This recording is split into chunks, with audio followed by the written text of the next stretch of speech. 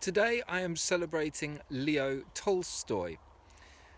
It was quite late in life that I finally plucked up the courage to read any of the Russian writers. I'd long since heard about Tolstoy and Dostoevsky, and it had always seemed like I might need special induction to be able to read or appreciate their work. And it was a real surprise to find that, just like any other writer, any good writer, it's easily accessible. You don't need a guidebook, you don't need somebody to explain what's going on, you just need to pay attention and trust your own intuition.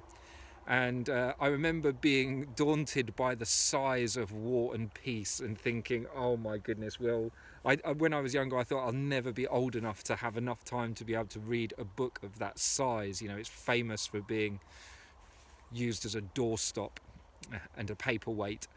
So it's a massive tome, and yet I absolutely loved it, found it thoroughly engaging, and then I ended up exploring, I think it was the death of Ivan Ilyich and I think Anna Karenina. And but one of the reasons that I then ended up really getting super interested in Leo Tolstoy was because he was also a revolutionary educator.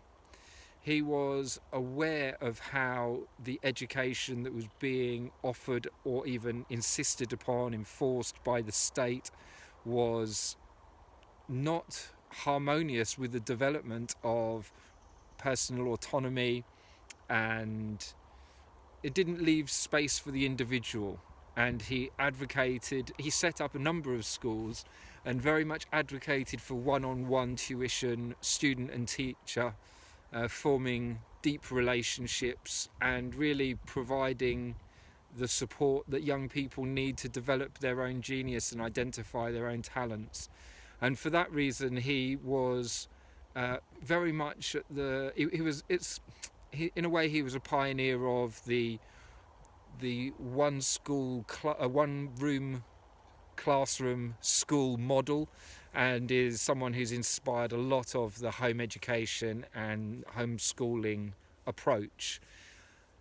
There's a lot that could be said about Tolstoy, and indeed, of course, in relation to his writings and his background and what he did in the realm of education. But suffice to say that for all of these different reasons, I have great admiration for Leo Tolstoy, and for that reason today I am celebrating him and all of his contributions. So a brief moment just to give thanks for Leo Tolstoy.